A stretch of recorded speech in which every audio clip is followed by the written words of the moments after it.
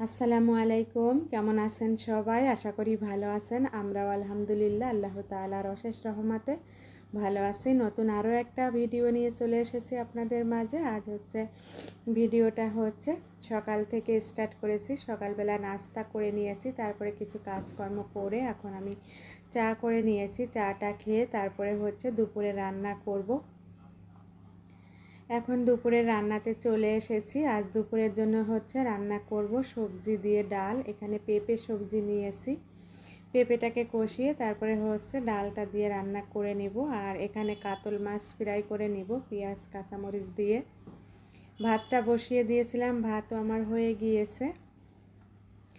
আর ছেলের জন্য কুরমা আর পোলাও করেছিলাম, ছেলেকে খাওয়াইয়ে তারপরে দুপুরে রান্না শুরু করেছি।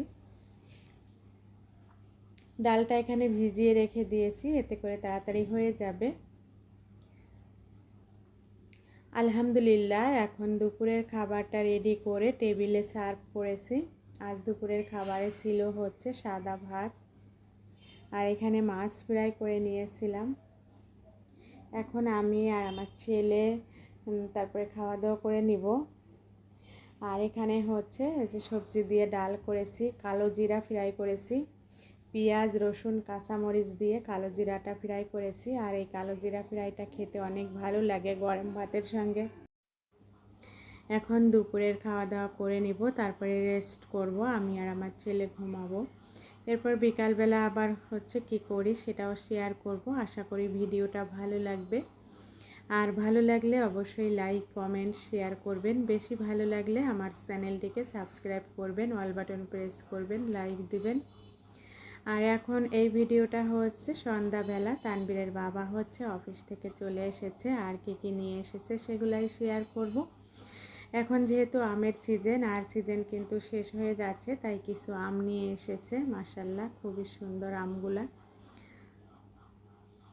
2 প্রকারের আম নিয়ে এসেছে, তারপরে কলা নিয়ে এসেছে। আর এই আমগুলা বিশাল বড় বড়। মাশাআল্লাহ এই আমগুলা খেতে অনেক মিষ্টি ছিল। আর এখানে কলা নিয়ে এসেছে, কলাগুলাও বের করে নিব। আর এখানে একটা গামছা প্রয়োজন ছিল, সেটা নিয়ে আসতে বলেছিলাম, নিয়ে এসেছে। তারপরে একটা ক্রিম নিয়ে আসতে বলেছিলাম, সেটাও নিয়ে এসেছে।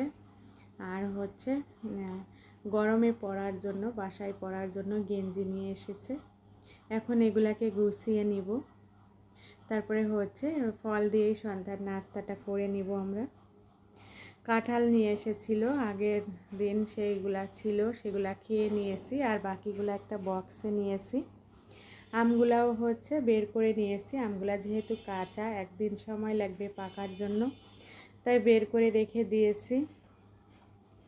আর কাঁঠালগুলা খেয়ে নিয়েছি, যেগুলা ছিল। এখন এগুলাকে আমি ফ্রিজে রেখে দিব, এজন্য বক্সে তুলে নিয়েছি। আর কলাগুলাও একটা টেরেতে নিয়েছি। মাশাআল্লাহ কলাগুলাও খুব সুন্দর। আর এই কলাগুলা খেতে অনেক টেস্টি লাগে, সরবি কলা এগুলা। আমার ভিডিওটা যে পর্যন্তই। আল্লাহ হাফেজ, আসসালামু আলাইকুম। সারাদিনের কিছুটা অংশ শেয়ার